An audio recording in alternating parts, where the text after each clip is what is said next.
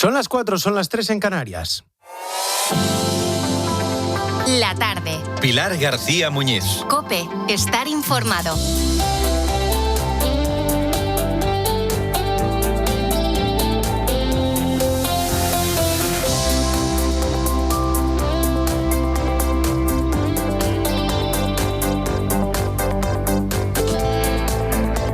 ¿Qué tal? ¿Cómo estás? Bienvenido a la tarde de COPE, la tarde de Pilar García Muñiz. Yo soy Israel Remuñán y voy a acompañarte hasta las 7 de la tarde. En este 5 de agosto, en el que estamos recién llegados de Ceuta, de esa ciudad preciosa, llena de historia, una historia española desde hace más de 500 años. Y en este momento, cansados, después de recorrer sus calles durante 3 días, sus barriadas, sus bosques, sus playas, tenemos una sensación extraña, la de haber dejado una ciudad que lucha por volver a la normalidad, pero que es imposible que lo consiga aún, porque en algunos puntos se vive una situación de caos absoluto. La gente vuelve a abrir sus negocios, sus restaurantes, las terrazas empiezan a llenarse y, por ejemplo, hoy se celebra el Día Grande de la ciudad, Nuestra Señora de África. Pero si pones el foco en otros lugares, en esa pequeña ciudad autónoma, observas que la imagen no es normal. El CETI, que es el Centro de Estancia Temporal de Inmigrantes, sigue colapsado. Acoge ahora mismo a 727 personas cuando solo tiene 500 plazas, pero en sus alrededores hay más de 2.000 personas durmiendo en las cunetas, en las playas, bajo el sol, alimentándose como pueden. Estas 2.000 personas que hay en los alrededores del CETI son ya más que la cifra de migrantes que continúan en Ceuta según el gobierno. Es decir, dice el gobierno que han entrado 72.000 y que han vuelto 70.000. Bueno, esa cifra no es verdad. Las estimaciones van más hacia las 6.000, las 7.000, porque hay muchos que están en las barriadas. Por ejemplo, El Príncipe, la barriada del Príncipe, la más cercana a esa frontera del Tarajal, está llena, sobre todo de marroquíes, que son los que escapan de la policía, de la Guardia Civil, de los militares, porque no quieren que les convenzan de regresar a su país. Los del CETI son los subsaharianos, los que piden asilo, los que han completado esta última etapa de un camino que es mucho más largo. Cuando les miras a los ojos, vamos, ves perfectamente que prefieren morir de hambre, porque además te lo dicen, morir de hambre aquí en España, solo han comido 2 veces en 6 días, morir de hambre aquí en España prefieren antes que volver a Marruecos y que los gendarmes le peguen palizas, las que no le pegaron el día que todos se acercaron a la valla, cuando abrieron las fronteras. Hay gente en las barriadas, como te digo, del Príncipe, del Recinto, en los montes, en los bosques, mientras que el ejército custodia la puerta de los supermercados y algunos restaurantes. La imagen, por tanto, está lejos de volver a la normalidad, como te digo, y parece increíble que nadie supiese nada, que nadie intuyese que venía la avalancha. Ya había 4 muertos encima de la mesa, y los intentos de llegada a nado iban multiplicándose. Lo contamos aquí en este programa, lo estábamos contando en COPE, hablando con los compañeros de allí de Ceuta. Y además, se veía que la gente se concentraba en Castillejos. Ayer estábamos haciendo este programa desde el Tarajal y se ve perfectamente lo que pasa al otro lado de la valla. Y si hay una concentración de 60.000 personas, que es casi la población que tiene Ceuta, que es como si en España entran de repente 35 millones de personas, pues se ve lo que pasa, se ve perfectamente lo que hay al otro lado y se intuye. Juan Jesús Vivas es presidente de la Ciudad Autónoma de Ceuta. Nos contó ayer en este programa en la tarde que llamó al gobierno para avisar de la situación, pero que no tuvo respuesta. Poniendo de manifiesto una situación verdaderamente alarmante. Empezamos a llamar desde el lunes y era la consecuencia de una serie de días anteriores en la que estaban entrando por mar 100, 150, 200, 300, 500 personas. Pero la verdad es que no hemos obtenido la respuesta que estábamos demandando. Les han dejado solos, otra vez, como siempre. Por eso cuando hablas con los ceutíes, sienten que España, el resto de España, pues les ha abandonado. Hoy hemos asistido a un nuevo capítulo de cómo eludir responsabilidades cuando tienes responsabilidades. Y además obvias. Fernando Grande Marlaska es ministro del Interior. Para él, la mayor crisis migratoria de esta frontera, ver a guardias civiles superados, ver cómo un país como Marruecos no impide la entrada y abre la frontera casi de par en par, pues son cosas que pasan. Hay muchas cosas que ocurren y no necesariamente tiene que haber una responsabilidad. Esto también podía haberlo previsto cualquier otro departamento de seguridad, es decir, o de otro país de la Unión Europea. Yo no sé cómo se puede decir esto con una ciudad patas arriba como Ceuta ahora mismo, con la gente con miedo a salir a la calle. No sé. Es imposible que el CNI no supiese nada, sobre todo cuando es el punto, esa frontera del Tarajal en el que pues más atención se pone, ¿no? Siempre hay focos puestos ahí porque preocupa. Fernando Cocho es experto en análisis de inteligencia. Evidentemente, esos informes jamás de verlos van a ver la luz, porque el gobierno no los va a desclasificar y evidentemente ningún miembro del CNI va a salir diciendo sí, yo he hecho el informe, aquí lo tiene usted. Solo tenemos la palabra de una ministra que evidentemente es una juez y por tanto sabe lo que implicaría la revelación de esos secretos, y un ministro, que también es juez, que es del Interior, que sabría lo que significa la revelación de esos secretos. Bueno, lo acabaremos sabiendo. Tarde o temprano, ¿no? ¿Qué fue lo que sucedió y si alguien avisó? Bueno, que avisó, ya sabemos que llamó el presidente Juan Jesús Vivas, pero sí, que se movió en las tripas del Ministerio del Interior, también de Defensa, bueno, lo acabaremos sabiendo. Y el papel de Marruecos. La situación es la que es, 6.000 migrantes más o menos permanecen dentro de Ceuta, una ciudad que lucha por volver a la normalidad y con gente que sigue teniendo miedo de salir a la calle, ¿eh? Otra crisis que soluciona Pedro Sánchez, decía Óscar Puente, el 1 de agosto. Hace 4 días, ¿eh? Que se lo digan a Hugo, que es propietario de un restaurante en Ceuta y que vio como después de que Óscar Puente dijese esto, le reventaban el coche.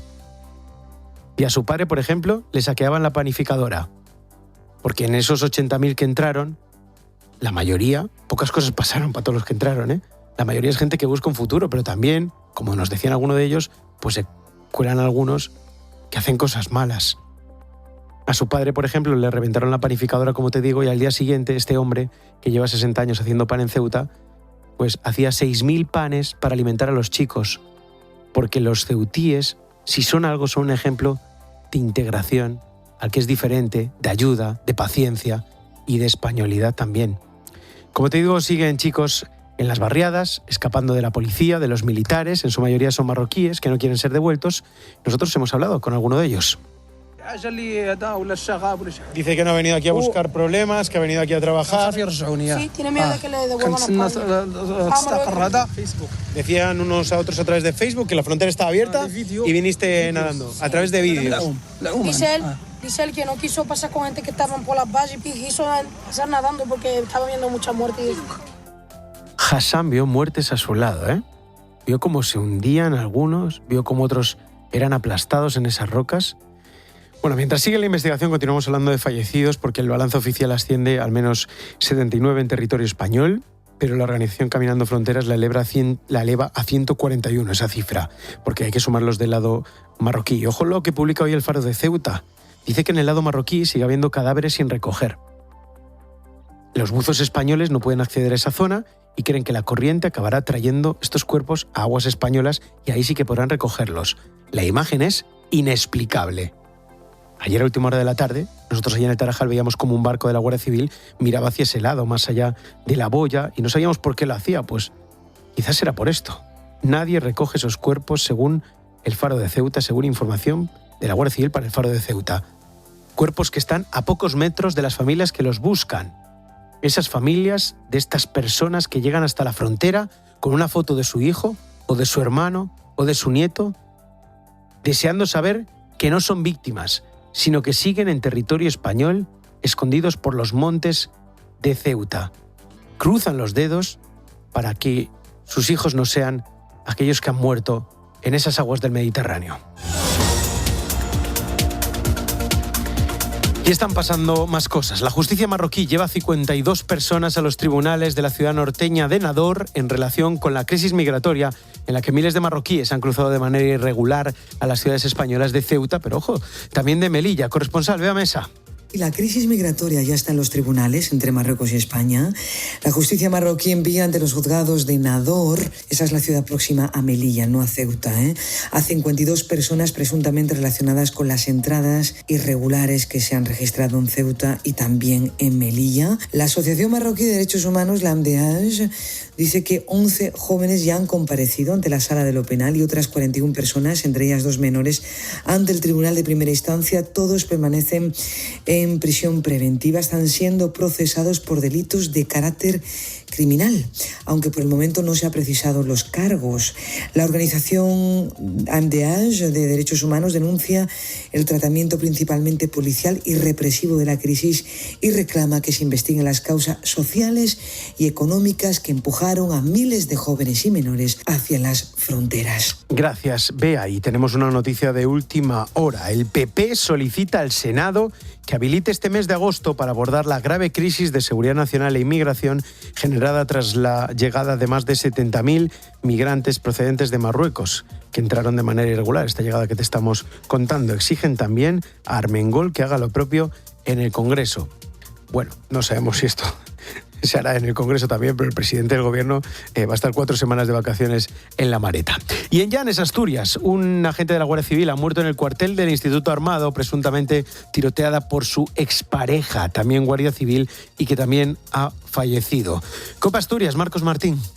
El hombre ha entrado poco antes de la 1:30 de esta tarde en el acuartelamiento llanisco y ha disparado a la mujer y a otros compañeros que estaban con ella. Ella ha fallecido en el acto y uno de los agentes ha resultado herido grave por el impacto de una bala en la pierna.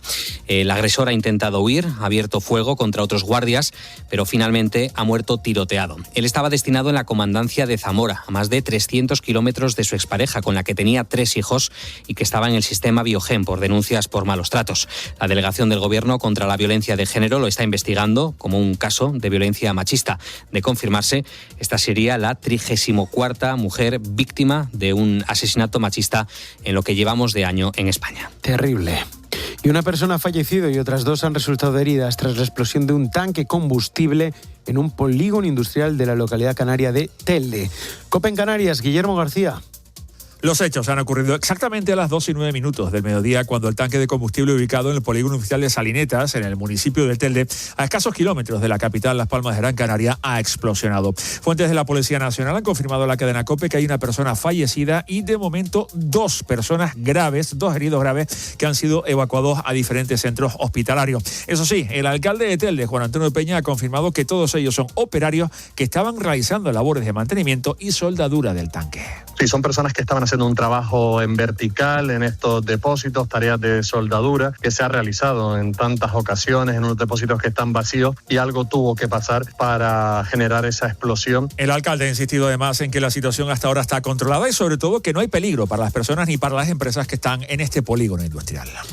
Y en los deportes, el Real Madrid sigue muy activo en el mercado de fichajes. Pablo García. Varios nombres propios son los que sobrevuelan la atmósfera merengue, pero hay 3 muy señalados. Primero, Vinicius, negociando su renovación a expensas de finalizar su contrato este año. Diamondé, que ultima su fichaje para el Real Madrid, sigue y hoy ha entrenado con el Leipzig. Y por último, Mastantuono, que parece que va a acabar en la Fiorentina. El Atlético de Madrid ya viaja hacia Seúl para enfrentarse al Manchester City, en la que puede ser el debut de su fichaje Kangin Lee con el 7 en la espalda. En Barcelona siguen muy pendientes del futuro de Ferran, pero no pierden de vista a Julián Álvarez, y por información de Copa sabemos que Deco está en la capital. Y por último, en tenis, esta noche debut en Montreal del nuevo astro del tenis Rafa Jodar, 2 días después de caer en esa final en Washington, y también hará hoy su partido Dani Mérida, ambos contra rivales franceses. Sigues en la tarde de COPE.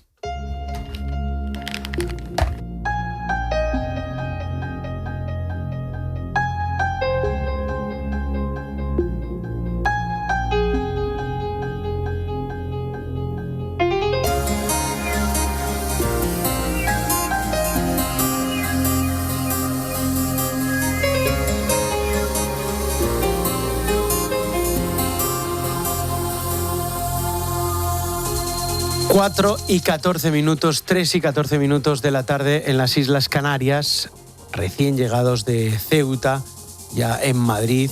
Y una de las sensaciones que nos traemos después de haber recorrido sus calles, después de haber recorrido sus barriadas, sus polígonos, es que los españoles de allí se sienten abandonados. Ayer mismo estaba reunido con 3 ceutíes que se conocían entre ellos, pero que se dedican a diferentes sectores profesionales. Me resultó muy interesante hablar con los 3 para saber qué necesidades tiene Ceuta a la hora de solucionar esta crisis migratoria. Nacho tiene varias tiendas en Ceuta, ha tenido que cerrar estos días con las consiguientes pérdidas. Su receta para no cerrar esta crisis en falso es la siguiente. Necesitamos normalidad, pero también necesitamos que pase algo con todo esto, que no se quede en nada, que no ha pasado nada, ya se han ido todos y aquí no ha pasado nada y dentro de 3 días pues nosotros seguiremos, no sé, si venderemos, si tendrá Hugo reservas y si yo venderé en mis tiendas. Normalidad y que se tomen medidas para que no vuelva a pasar dentro de poco. También hablaba con Pepa, que es abogada de la administración, y me reconocía que estos días ha pasado miedo. Para ella es imprescindible tomar medidas para defender nuestras fronteras. Creo que lo primero que tiene que cambiar es fortalecer nuestra frontera. Se tienen que tomar medidas. No puede venir el presidente del gobierno a esta ciudad y no decir ni una sola medida para paliar la situación. Creo que lo primero es la defensa del territorio nacional. Eso tiene que estar por encima de todo. Y finalmente escucha a Hugo, que es hostelero. Nos abría uno de sus restaurantes, que vuelve a recibir reservas, como ha dicho Nacho, y que lo ha pasado mal estos días. Entraron en su garaje y en el obrador de su padre, en la panificadora. Lo que él pedía era sentirse como cualquier otro español. Protección como español, lo primero. Sentirme igual de español que un malagueño, un madrileño o un bilbaíno. Y sobre todo, lo que creo que es más importante, que haya dimisiones y que se nos diga la verdad. Fíjate en lo que dice Hugo, ¿eh? Pide tener la misma protección que tendría cualquier otro español. Un malagueño, un madrileño, un leonés. Porque lo que me ha quedado muy claro en estos días que he estado allí es su solidaridad, pero también la españolidad de Ceuta y que todos en la ciudad autónoma apuntan a la responsabilidad del gobierno por haberles abandonado y de Marruecos en esta crisis. Me lo decía Hugo, que le dolía profundamente lo que estaba pasando allí en Ceuta, en su ciudad, y que se sentían, pues se sentían solos. Cuando ves tener que mandar a tus hijos a Málaga por la seguridad de tu familia, es grave.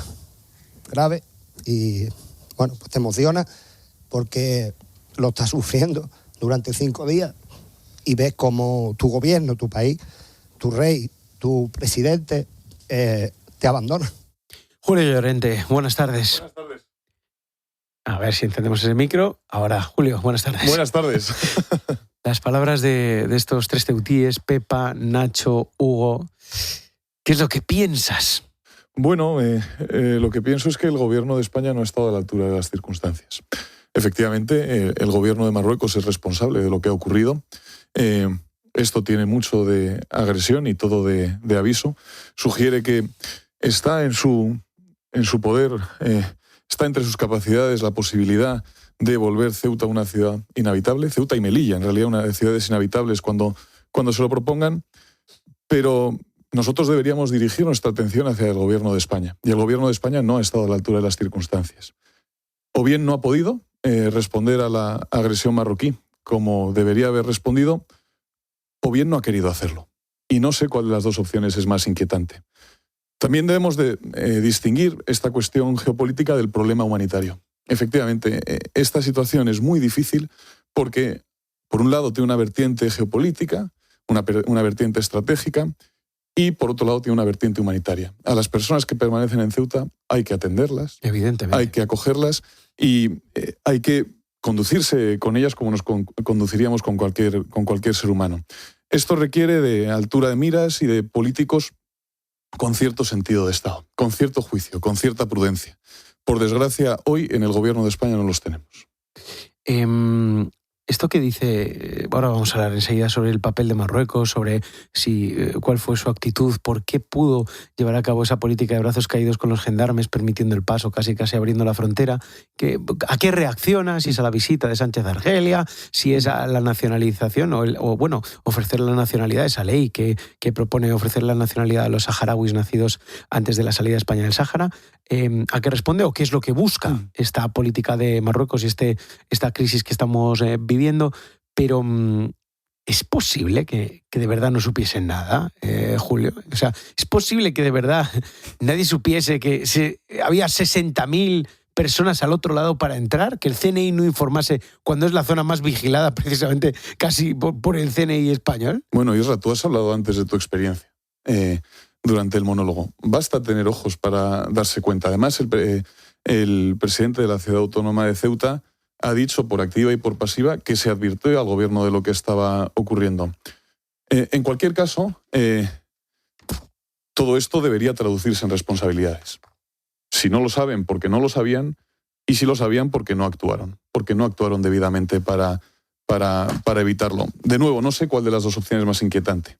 El problema es que una de ellas, a mi juicio, es inverosímil. ¿Cómo no podían saberlo? Con la vigilancia, con la atención que hay puestas en esa zona de Marruecos. Es imposible que no lo supiesen. De nuevo, no tenemos un gobierno a la altura de las circunstancias. Tenemos claro que no podemos pedirle nada al gobierno de Marruecos, pero al gobierno de España deberíamos pedírselo. Permíteme saludar, Julio, a Amin Lejarza, es analista internacional de geopolítica y seguridad, y bueno, conoce muy bien Marruecos. Amin, ¿qué tal? Buenas tardes. Hola, muy buenas tardes. Un placer. ¿Te crees que de verdad no se supiese nada de lo que había al otro lado? ¿Es creíble, tanto te digo, que no supiese nada España como Marruecos, cuando tiene uno de los mejores servicios de inteligencia del mundo? Pues la verdad es que si vamos poniéndonos en la hipótesis de que nadie supiera nada, porque parece que aquí nadie sabía nada y que todo eran las mafias, vamos a decir eso, pues evidentemente hay que pedir, primero de todo, ¿no?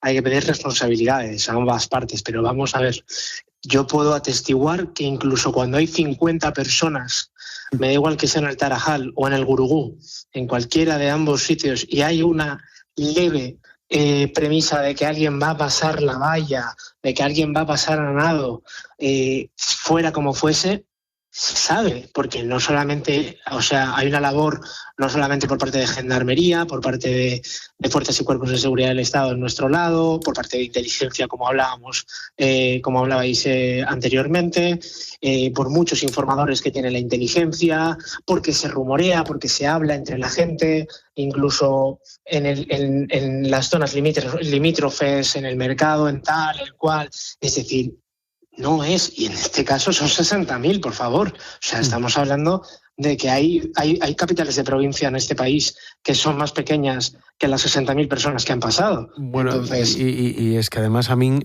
nosotros que hemos estado en esas barriadas recorriéndolas y hablando con muchos chicos que venían de Marruecos, te contaban no solo que eran fueran de Castillejos, sino que algunos venían de otros puntos de Marruecos, cogían un coche o una furgoneta o un autobús, llegaban hasta... O sea, les dio tiempo a hacer todo eso. Había un movimiento por redes sociales muy grande diciendo la frontera está abierta, no están parando a nadie, y llegaron igual. O sea, es lamentable que se diga que nadie sabía nada cuando hay servicios de inteligencia potentes en los dos países. ¿Cómo están ahora mismo, Amin, que tú que eres experto en esta relación entre España y Marruecos? ¿Cómo dirías que están ahora mismo las relaciones? ¿Sigue siendo Marruecos un socio fiable para España o estamos en una fase distinta?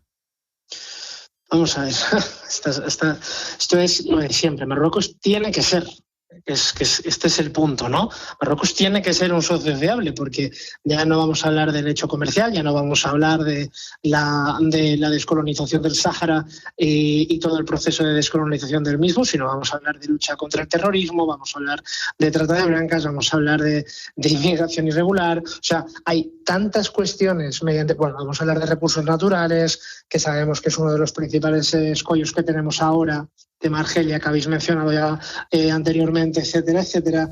Es decir, Marruecos ya no es tanto Marruecos es un socio fiable, Marruecos tiene que ser un socio fiable. Entonces hay que reestructurarla, hay que igualar evidentemente las relaciones, hay que también plantarse, hay que también por nuestra parte reestructurar un plan de cómo hablarle de tú a tú o cómo plantarnos a hablar de tú a tú con Marruecos, que parece que eso lo hemos perdido, es algo que se ha perdido, no es algo que no existiese, no es algo en lo que Marruecos nunca nos haya hecho caso o nos haya dejado de hacer caso, sino que antes habíamos tenido momentos de bilateralidad en los que mejor, peor, puntos de fricción. Evidentemente nunca nada es perfecto, siempre hay intereses por parte de los distintos cuerpos de inteligencia, etcétera, etcétera, entre propios socios bilaterales entre un país y otro, pero Marruecos tiene que ser un socio fiable, es que tampoco nos queda otra ocasión, y hablamos de Ceuta y Melilla, pero tampoco olvidemos Canarias, quiero decir, por poner también más leña en el fuego, en este caso, por todas las áreas que tenemos de cooperación, en este caso con Marruecos. Claro, lo que se ha vivido en esa frontera del Tarajal es la mayor crisis de su historia, y en esa frontera de Ceuta, y hay varias tesis, ¿no?, sobre por qué Marruecos habría permitido, porque está claro que lo ha permitido, esa entrada masiva de migrantes a través de la frontera. Hay varias tesis que se manejan, ¿no? La primera apuntaría a esa visita oficial de Pedro Sánchez a Argelia, a ese estrechamiento de nuevo de las relaciones comerciales, gasísticas con ese país del que dependemos a nivel de energía también mucho. La segunda es que a Marruecos no le habría sentado bien esa ley que pretende nacionalizar a los saharauis nacidos en el Sáhara, antes, bueno, cuando estaba bajo control español. Y la tercera tesis es la que defiende el gobierno de Sánchez y también el gobierno marroquí, la de las mafias. Por eso también están procesando a gente al otro lado de la frontera, en Marruecos, y lo estamos contando. Las mafias que habrían actuado aprovechando esa sentencia del Tribunal Supremo que impide las devoluciones en caliente si se entra a nado, ¿no? Por eso se ha instalado esta boya, para que no puedan entrar a nado. ¿Crees que esta crisis se provoca como reacción a alguna de estas tres tesis? ¿Es por otra cosa o no es una reacción sino un intento de conseguir algo? Mira, yo lo planteaba, y con diversos compañeros esto lo he planteado, de que hay compañeros que lo plantean de una manera reactiva, es decir, como yo lo veo también, Marruecos reacciona a el tema de la nacionalización de los saharauis nacidos previamente a la Marcha Verde, el tema de la visita de España a Argelia, el tema de aprovecharse, también vamos a jugar con la sentencia del Supremo, etcétera, etcétera. O sea, las mafias son un factor más, pero las mafias, es decir, si yo soy capaz de estar en la frontera y llegar muchas veces a las personas que están en las mafias, me van a decir a mí que los gendarmes y el servicio de inteligencia marroquí, y evidentemente nuestro servicio de inteligencia, por supuesto que también, pero todo el mundo llega a las mafias, saben cuándo se organizan, y me reafirmo en una ocasión más. En esta ocasión eran 60.000 personas. Es decir, eso no lo mueve una mafia. Y aparte es que no consigues ningún rédito económico, ninguna mafia se lucra por el hecho simplemente de cruzar una frontera a nado, ¿no? Porque mucha gente, de hecho, se volvió a Marruecos, se tuvo que volver. Claro, o sea, aquí entran también las campañas de desinformación que hablabais antes por redes sociales. A mí en el algoritmo, fijaros, yo no vivo en Marruecos, sí paso tiempo, sí investigo, sí trabajo en cuestiones bilaterales, pero en ese sentido, al mismo tiempo, en mi propio algoritmo me llegaba, ¿no? Me llegaba a él, pues tanto en francés, en árabe, tal cual, me llegaba el pasa la frontera, que no vas a tener ningún problema. A ti te llegó también, a ti te llegó, a mí, te llegaba eso antes. A mí yo esos vídeos los he visto antes de que se produjese esto, la llegada antes masiva. De que se produjese. Sí, y esto no lo sabía el CNI y lo tenías tú, Amin, en tu teléfono móvil. No, cuidado. O sea, evidentemente esto se sabía. Aquí el problema es la voluntad política. Hay que ser claros todos. Yo creo que esto ya lo veníais diciendo y tampoco estoy yo aquí. Que aquí la voluntad es política. Es decir, el decisor último, o sea, el CNI, seguro que tenía la información, seguro que había trasladado la información, porque para eso están los servicios de inteligencia, y gracias a Dios tenemos unos buenos servicios de inteligencia en los cuales la información, los datos se recogen, se transforman en información y estos datos se pasan, y ya luego llega la toma de decisiones, y la toma de decisiones la llevan a cabo los decisores políticos, en este caso pues ya fuese el gobierno en última instancia, y ahí es donde ha estado el problema. Evidentemente yo estoy de acuerdo con el compañero que estaba hablando anteriormente. Falta un poco de hacer ya no solo autocrítica, sino de, evidentemente, aquí la gente tiene que tomar responsabilidades cuando entran 60.000 personas, porque evidentemente que esta información, cuando te entran 60.000 personas, tienes un previo aviso, y desarrollas planes de contingencia que no hagan que una ciudad tenga que cerrarse entera de cal y canto. Perdón. Amin, no, es perfecto escucharte y te lo agradecemos un montón porque el análisis es certero y pocos lo conocen como tú. Amin Lejarza es analista internacional de geopolítica y seguridad. Tu madre es marroquí, ¿no, Amin? Sí, yo soy... Lo conoces bien. Lo conoces bien, el país vecino. Quiero que escuches a Taleb Ali-Salem, es saharaui, también es analista político, supongo que lo conoces, es experto en relaciones internacionales. Nos contaba en este programa, también hablando sobre intenciones ya no a corto plazo de Marruecos, sino más a largo plazo. Contaba que todos los reyes de la historia reciente de Marruecos tienen una baraka, ¿no? Un hito en su reinado que marca pues eso, su trascendencia histórica. Mohamed V consiguió, por ejemplo, la independencia con Francia. Hassan II, la salida de España del Sáhara, con la Marcha Verde. Mohamed VI, que es el actual, habría conseguido en el año 2020 que Estados Unidos reconociese la autoridad marroquí sobre el Sáhara. Y se habla que en la hoja de ruta para Hassan III, que es el hijo de Mohamed VI, según Taleb está lo siguiente. Es que el gran logro, la baraka de Hassan III, que creo que ascenderá al poder muy pronto, que su baraka sea la de, según ellos, recuperar Ceuta y Melilla. Recuperar Ceuta y Melilla, según ellos. Bueno, recuperar tampoco es que Ceuta y Melilla llevas 500 años siendo española, no recuperarían nada, se harían con ese control. ¿Qué es lo que opinas tú sobre esto, Amin? La ampliación de la soberanía sobre Ceuta y Melilla para el trono de Hassan III va a ser como un objetivo prioritario. No creo que sea el gran objetivo. Si tú me dijeras, vale, a mí, entonces ¿cuál será el gran objetivo?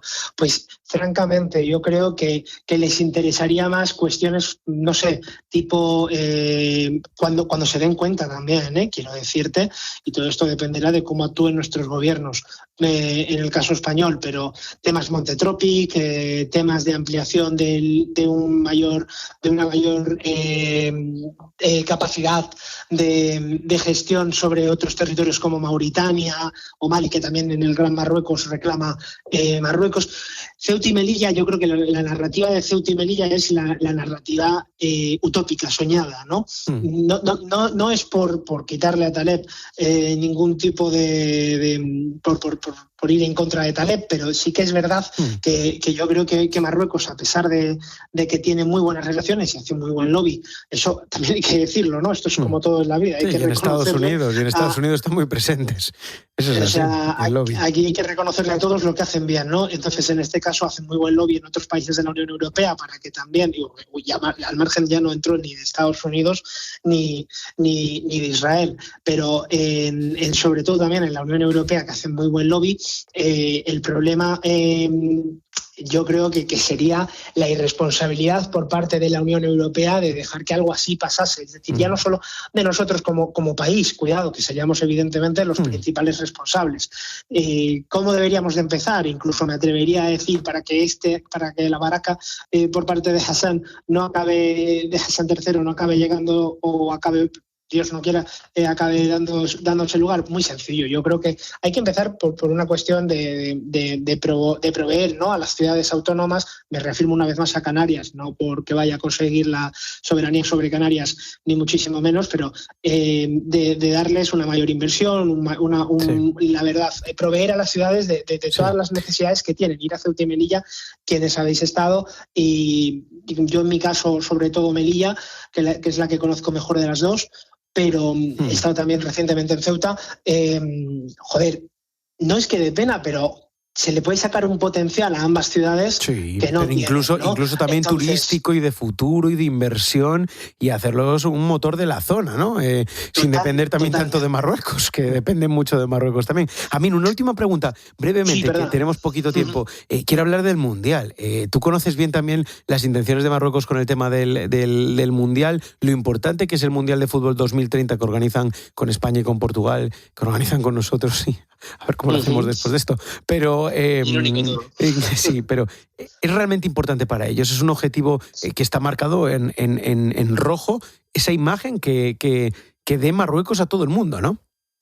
show, escaparate, imagen, sí, podemos llamarlo de todas las maneras posibles, ¿no? Consiguieron esta Copa África, la última, no en el sentido de ganarla o no voy a entrar aquí por lo que pasó en la final, sino por el hecho de que ya consiguieron venderse de cara a África una vez más, intentar hacer esa buena impresión de cara al resto de países del continente africano, y eso es lo que buscan en 2030. El objetivo de 2030 es enseñar la occidentalización y el grado de desarrollo que tiene Marruecos y el país tan atractivo que puede suponer para cualquier otra persona que quiera, pues, por instalarse, venir, hacer turismo en años venideros, etcétera, etcétera, ¿no? Es el gran escaparate y, claro, cerraría de una manera enormemente como un logro el poder ir a hacer una gran final en Marruecos, que es uno de los principales objetivos que tenemos que, pues si con el Bernabéu y el Camp Nou, que evidentemente pues ofrecemos, yo creo que nuestro país y los dos mejores estadios de los tres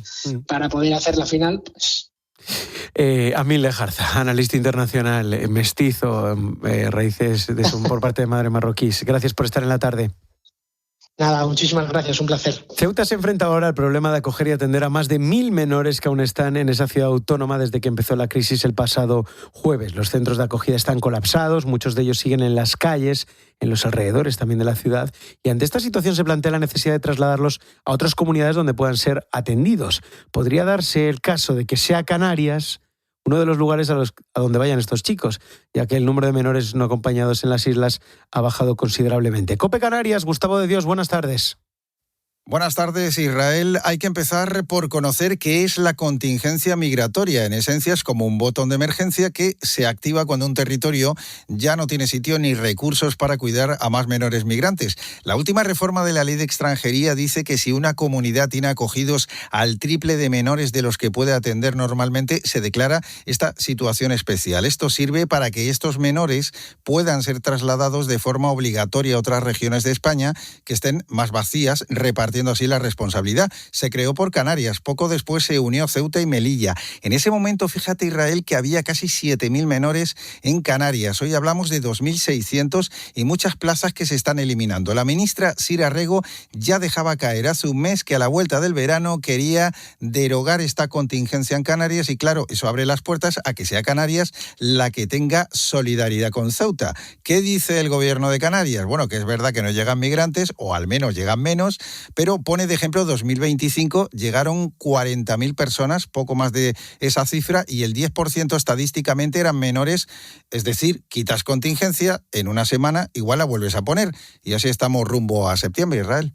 Gracias, Gustavo. Julio Llorente, que sigues aquí conmigo. Hablábamos del abandono que sufre Ceuta, que denuncia Ceuta, pero también el hecho de que Canarias se tenga que hacer cargo de nuevo de la mayoría de estos chicos, que evidentemente hay que darles una solución. Yo he visto cómo estaban allí, Están tirados por las barriadas, tirados por los bosques, por los montes. Son menores que necesitan protección, que muchas de ellas son niñas también, que están ahora durmiendo en casas de los ceutíes también, que los tienen acogidos. Hay que darles una solución, pero tendrá que ser un reparto equitativo, ¿no? No con comunidades de primera y de segunda también. Tiene que ser un reparto equitativo y de no serlo será un reparto injusto, efectivamente. No pueden cargar con la responsabilidad las mismas comunidades autónomas de siempre. Y diré algo, si el gobierno de España se preciase, estaría ya mismo exigiendo la protección de Ceuta y Melilla, la protección militar de Ceuta y Melilla por el Tratado del Atlántico Norte. Recordemos que Ceuta y Melilla no están protegidas, no están incluidas en el Tratado del Atlántico Norte. Y lo segundo que exigiría sería la exclusión de Marruecos de la Organización del Mundial de 2030. Eso sí, para eso hace falta un gobierno con cierta audacia. Pues seguiremos hablando a lo largo de la tarde de esta situación que vive Ceuta, de esta crisis migratoria, la peor de esa historia, de su historia, en esa frontera de El Tarajal. Pero lo que tenemos ahora, Ana Huertas acaba de asomar por la puerta, es un mensaje de Leroy Merlin. Sí, porque hacer tu hogar más eficiente tiene ventajas. Primero, ahorras dinero porque gastas menos energía y tus facturas se reducen. Segundo, ganas confort al controlar la temperatura en invierno y en verano. Y tercero, reduces tus emisiones, consumes menos recursos y, por lo tanto, cuidas del planeta. Como ves, hay muchas razones para hacer tu hogar más eficiente y en Leroy Merlin te ofrecen las soluciones que necesitas para conseguirlo. Por ejemplo, productos aislantes para que no entre frío ni calor del exterior, termostatos inteligentes para controlar la temperatura, toldos que sombrean y mantienen tu hogar fresco, estufas de pellets que calientan de forma limpia, económica y responsable, o aerotermia para climatizar tu casa con menos gasto e impacto ambiental. Confía en los expertos de Leroy Merlin y empieza a ahorrar con las mejores soluciones para tu hogar y para el planeta. Porque como bien dicen en Leroy Merlin, cuantos más hogares eficientes hagamos, más sostenibles será el hogar de todos. La tarde. Pilar García Muñiz. COPE. Estar informado. En Herrera en COPE siempre hay algo que merece la pena escuchar. Ha sido una mañana intensa, interesante, bastante emocionante. Este verano sigue conectado a las mañanas más entretenidas de la radio en Herrera en COPE. De lunes a viernes desde las 6. Y usted también le habla. Yo hablo con mi maceta, les digo de todo. Y el 31 de agosto, nueva temporada juntos con Carlos Herrera, Jorge Bustos y Alberto Herrera. Saluda siempre a quien se cruza en tu camino. Cuando eres motera, hay muchas leyes no escritas. Pero cuando eres mutuera, hay una ley que sí está escrita. Y es la siguiente. Vente a la Mutua con tu seguro de moto y te bajamos su precio, sea cual sea. Llama al 91 555 5555. Hazte mutuera. Condiciones en Mutua.es. Meter la maleta, la tuya, la suya, la de tus hijos, sombrillas, toallas, abanico y crema de sol. ¿Has cogido el bañador? Has cogido bañador. Rotonda, salida, atasco, 20 kilómetros, 90, 200, que si tengo hambre, que si tengo sed. ¿Cuánto falta? ¿Cuánto falta? ¿Cuánto falta? ¿Cuánto falta? ¿Cuánto falta? ¿Cuánto falta? Y... una estación de servicio Repsol. Uf, qué bueno es parar.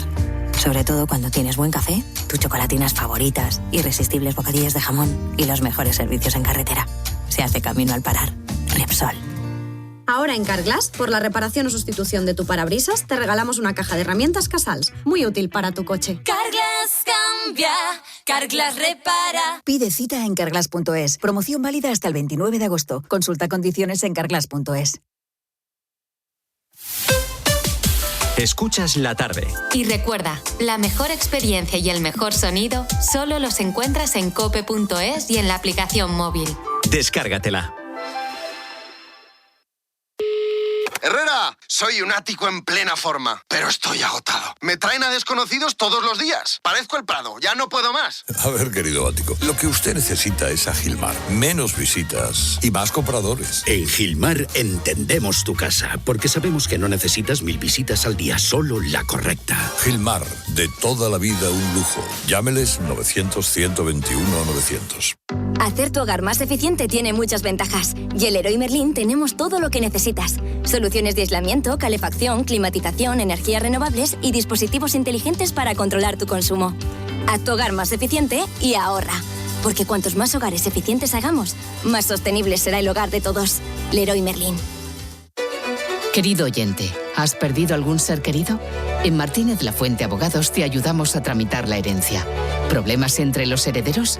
En Martínez La Fuente Abogados mediamos para resolverlos. Infórmate en el 646-690-032 o en martinezlafuenteabogados.com. Especialistas en herencias.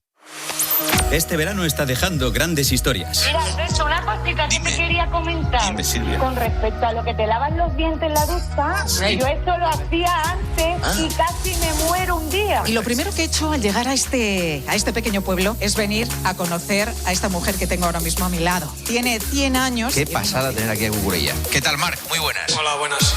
No te lo pierdas. Sigue conectado a COPE.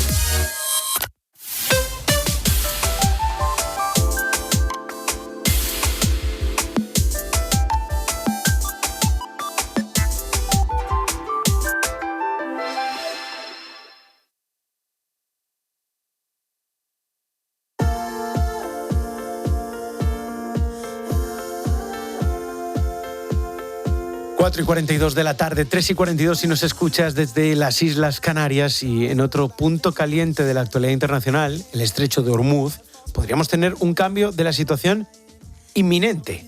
El presidente de Estados Unidos, Donald Trump, ha afirmado este martes que el estrecho de Hormuz, situado en el centro de la guerra en Oriente Próximo, abrirá muy pronto. Well, if they back out again, they're going to get hit really hard. You know, they know that. They understand that. Le escuchamos decir que si vuelven a echarse atrás, Irán recibirá un golpe muy duro. que lo saben perfectamente. Esto es lo que ha contado Trump en una entrevista a la cadena Fox y ha añadido en sus amenazas que si no lo abren ellos, pues se abrirá de todos modos. Nos vamos hasta Washington. Corresponsal David Alandete, buenas tardes. ¿Qué tal? Buenas tardes, ¿cómo estás? Esta vez sí, esta vez va a ser la reapertura de Hormuz o podría de nuevo saltar todo por los aires. No, hay serias dudas, ¿no? Porque ya hay un patrón de conducta de Donald Trump que pasa por amenazar con la destrucción total de Irán. Cada vez, bueno, una vez ya amenazó en marzo con destruir toda la civilización, cualquier amenaza que viene después pues es menos grave, ¿no? Pero amenaza con un gran ataque, negocia, anuncia una negociación que Irán niega y inmediatamente la Casa Blanca entra en modo de control de daños anunciando una reapertura del estrecho que nunca se reabre del todo y volvemos a la casilla de salida, ¿no? Entonces, estamos un poco, como se dice comúnmente, en el día de la marmota en la Casa Blanca. Siempre lo mismo, por oleadas semanales y diarias en que Trump juega a este juego de la confusión, ¿no? Sí. Lo único cierto, para que nos quede a todos claro, es que Trump no tiene la solución a esta crisis. El estrecho de Hormuz, que estaba abierto el día 27 de febrero, el día antes de los ataques, ahora está minado y cerrado en su casi totalidad. Y el precio del barril de petróleo ha subido mucho, por no hablar del precio de fertilizantes, látex y otros materiales que pasan por el estrecho de Hormuz. Y estamos en una situación realmente, Israel, endiablada para la Casa Blanca. ¿Y esto le pasa factura a nivel interno? Porque es que por primera vez sí. Es el día de la marmota. Sí. Por primera vez sí. ¿Por qué lo dices, David? Pues porque Trump ha sabido, bueno, es de teflón, ¿no? Trump ha sabido salir indemne de cada crisis, incluso ha sido sometido a 2 impeachments. Pero claro, aquí hay 3 elementos importantes. El primero, en su primer mandato Trump no abrió ninguna guerra y prometió una y otra vez que no las abriría. Y aquí tiene la gran guerra, ¿no? Porque esto no es Venezuela, que se lleva a Maduro y deja ya a Delcy Rodríguez. No. Ahí está una guerra costosa que se ha cobrado ya vidas estadounidenses de soldados, con muchos civiles muertos en Irán y que no tiene visos de solucionarse. Segundo, afecta al bolsillo de los contribuyentes por el precio de la gasolina y el precio del petróleo y el encarecimiento de muchas cosas. Y tercero, hay un elemento personal que a los estadounidenses no se les pasa. Y esto ya empieza a cundir aquí, que es que Donald Trump, su vida estaba amenazada por Irán. Hubo un par de atentados en su contra que se atribuyeron a Irán en la anterior campaña, la del 24. Y hay mucha gente que empieza a ver que esto tiene también un elemento personal. Se ha dicho mucho que si Benjamín Netanyahu, Israel, intentó presionar, pero no. Trump ha querido quitarse de medio a los ayatolás hace mucho tiempo y, bueno, cunde la impresión aquí, incluso en su propio partido, de que las cosas no van tan bien como pensara. Tanto es así, Israel, que hay hoy, este miércoles 5 de agosto, republicanos destacados pensando en crear un nuevo partido, y esta tarde aquí en Washington, las 6 de la tarde, que será medianoche en España, hora de Madrid, el famoso presentador Tucker Carlson, que es un gran republicano, va a hacer un anuncio. Dice, no sabemos, se sospecha aquí en Washington que va a anunciar una candidatura a un partido político. Qué fuerte. Y esto, sobre todo por esta crisis de Irán, que es lo que está ahorcando un poco, ¿no? La traición del movimiento MAGA, porque el movimiento MAGA lleva muchísimo tiempo diciendo que Trump era... Y es verdad, en su primer mandato no abrió ninguna guerra. Además, yo recuerdo un día, Israel, yo estaba en la Casa Blanca y Irán le dio a un portaaviones que pasaba por el estrecho de Hormuz con un dron. Trump ordenó un ataque con misiles a determinados objetivos dentro de Irán y según le dio al botón de sale el misil, a mitad lo canceló porque iba a haber bajas. Ni siquiera ahí respondió. Lo más grave que hizo fue matar al general Qasem Soleimani en 2020 en Irak, en Bagdad, y nada más. No abrió ningún gran frente de guerra, pero ahora estamos con otro Trump, otras ambiciones de una presidencia expansiva imperial. Y eso a sus seguidores tiene muchos desafectos dentro del movimiento MAGA. MAGA es Make America Great Again, hacer América grande de nuevo, que es su lema. Y exdiputados como Marjorie Taylor Greene, gente muy influyente como Tucker Carlson, que ahora están todos ellos hablando de Ceuta y Melilla y Marruecos, por cierto. Thomas Massie, que es un diputado que se retira. Muchos republicanos han empezado a a darse la vuelta contra Trump. Y es importante también el recelo que se está detectando dentro de la Casa Blanca. Marco Rubio, el jefe diplomático, no ha puesto un dedo sobre el tema iraní. Fíjate, él está muy implicado en Venezuela, en Cuba, pero no quiere saber nada de esto. Y el vicepresidente J.D. Vance, que es un enemigo de todas las guerras de estas largas, de Irak, de Afganistán, está también filtrando a diestro y siniestro que él no tiene nada que ver con esto. David Alandete, corresponsal en Washington de la cadena COPE. Gracias. Gracias a ti, hasta luego. Julio Llorente, será el anuncio, ese acuerdo que podría ser inminente para reabrir el estrecho de Hormuz, pero es la pescadilla que se muerde la cola. Estamos escuchando a David Alandete, que estamos más cerca de la creación de un nuevo partido, una nueva candidatura que compita a Trump en esa derecha norteamericana antes que la reapertura de ese estrecho, que sí que estaba abierto antes de iniciarse la guerra. Sí, yo todavía no sé cuántas veces se ha reabierto el estrecho de Hormuz en los últimos meses. Siempre se ha reabierto en falso. Me quedo con una de las afirmaciones de David. Donald Trump no tiene el control de la situación. Por desgracia, Donald Trump no puede poner fin a la guerra. Ya fuese por un error de cálculo, ya fuese por un arrebato de soberbia, qué sé yo, Trump no consideró las consecuencias que tendría una guerra contra Irán, una guerra que ya podemos tildar de fracasada. Mira, la política internacional estadounidense siempre ha oscilado entre el aislacionismo y el intervencionismo. La primera legislatura de Trump fue aislacionista, fue pacífica, Trump no declaró ni una sola guerra, y hoy en esta legislatura lo que ha hecho es contradecir todo lo que había afirmado antes, renegar de todo lo que había hecho antes. Efectivamente, eso tiene que tener un coste electoral. Marta Ruiz, jefa de Economía de COPE, buenas tardes. ¿Qué tal? Buenas tardes. Hay una materia que se ha enquistado, bueno, hay muchas que se le enquistan al gobierno, entre ellas los presupuestos que llevan desde 2023 sin aprobarse unos, estamos prorrogándolos, pero está el tema del registro horario, ¿no? Sí.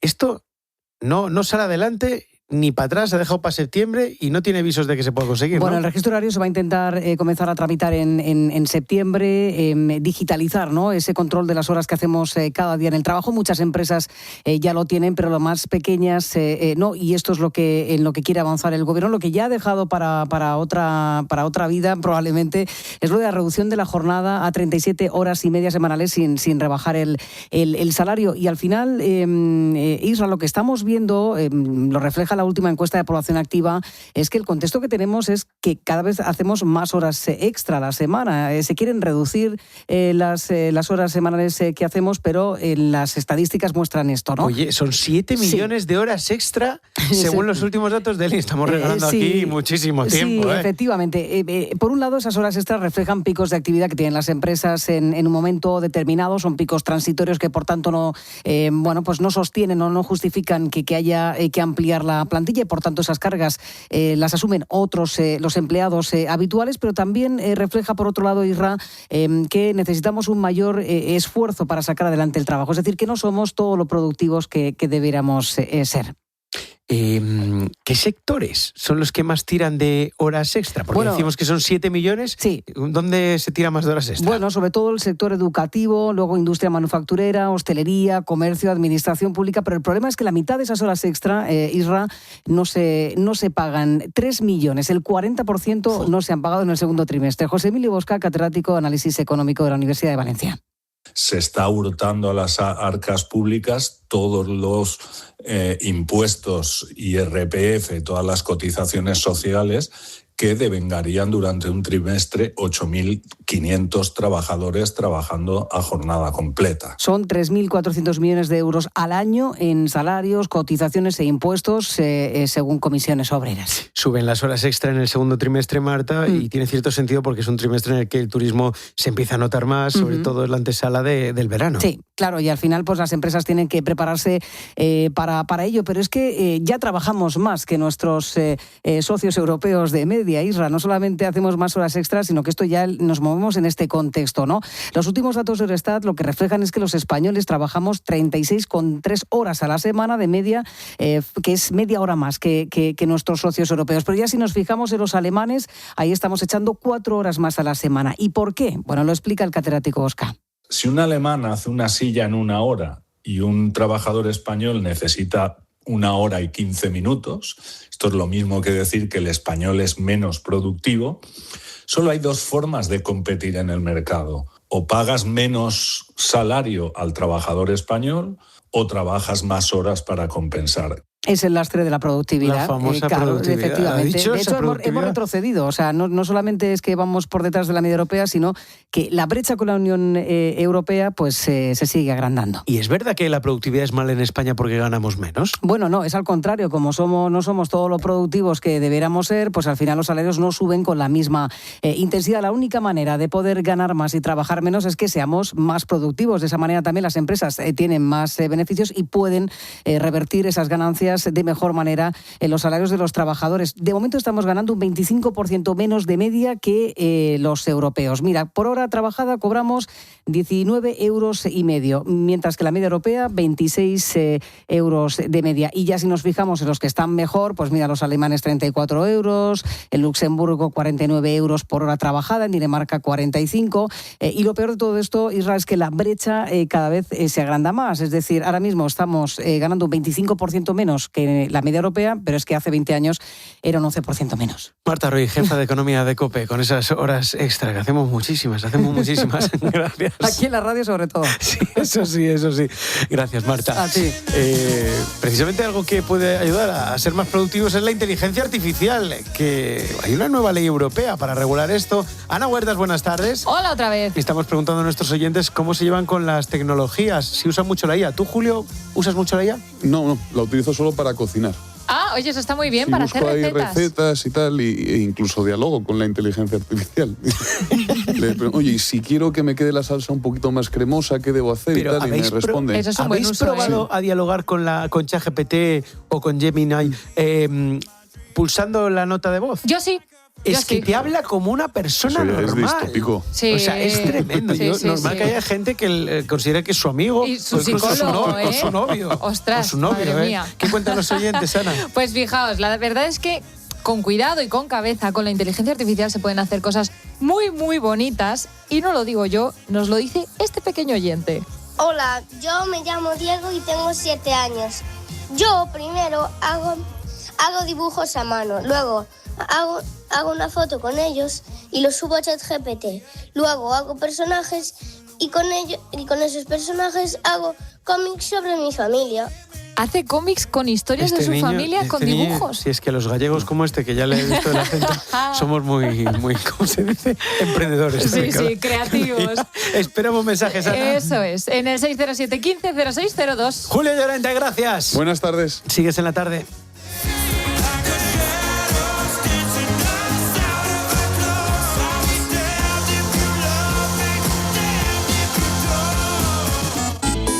¿Quieres contarnos algo? Escríbenos Busca La Tarde COPE en Instagram, Facebook y TikTok. o mándanos un mensaje de voz por WhatsApp al 607 15 06 02.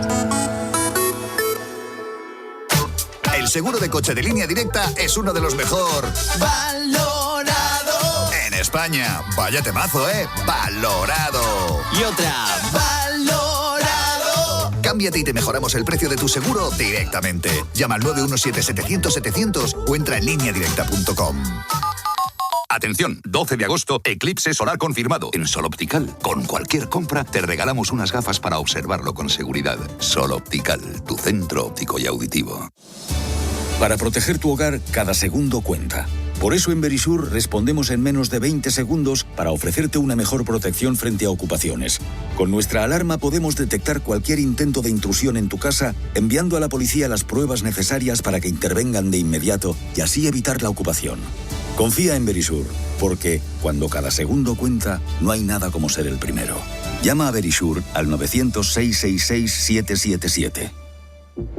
Verisur. España es campeona del mundo y en HR Motor lo celebramos contigo. Con hasta 10.000 euros de descuento en vehículos de ocasión y cientos de coches con entrega inmediata desde 150 euros al mes. SUV, híbridos, urbanos, elige el tuyo. Ven a uno de nuestros 35 centros o entra en hrmotor.com. Escuchas La Tarde. Y recuerda, la mejor experiencia y el mejor sonido solo los encuentras en cope.es y en la aplicación móvil. Descárgatela.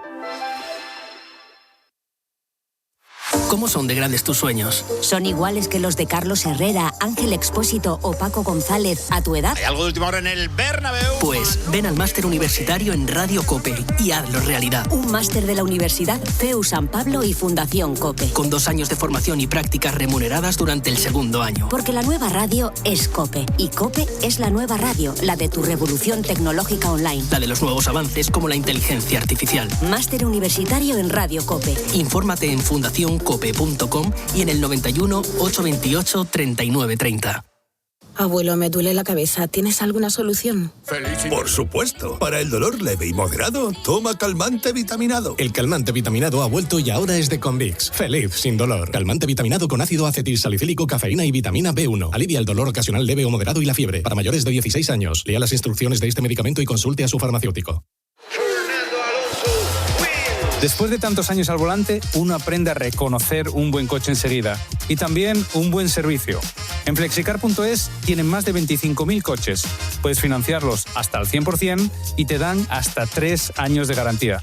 Yo me compro el coche en Flexicar. ¿Y tú? En la noche, la radio deportiva tiene un referente. El Madrid ha fichado a un tío espectacular para el vestuario. Pero también chistes, eso es. No, nadie habla de chistes. Pero en un equipo, cuando generas buen ambiente a tu alrededor, eso es fundamental. Escucha a Juanma Castaño en el partidazo de COPE. De lunes a viernes, desde las 11:30 de la noche.